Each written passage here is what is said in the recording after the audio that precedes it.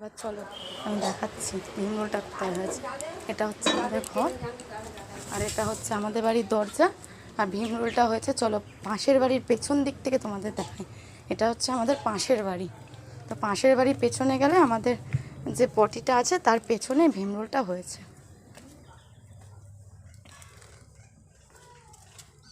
এই দেখো আমাদের বাড়ি, আর ওই যে ভীমরুল হয়েছে, দেখেছো পটিটার পেছনে কেমন উঠছে দেখো।